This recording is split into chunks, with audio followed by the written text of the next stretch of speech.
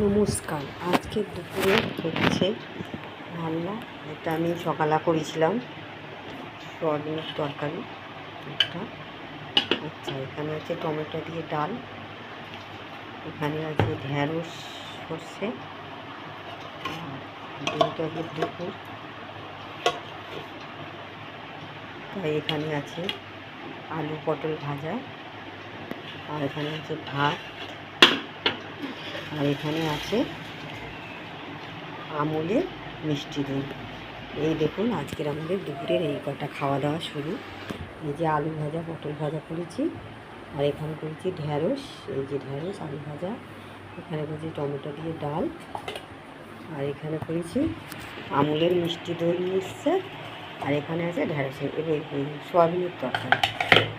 আজকের এই কটা আমাদের দুপুরের মেনু। ভাত তৈরি থাকবে।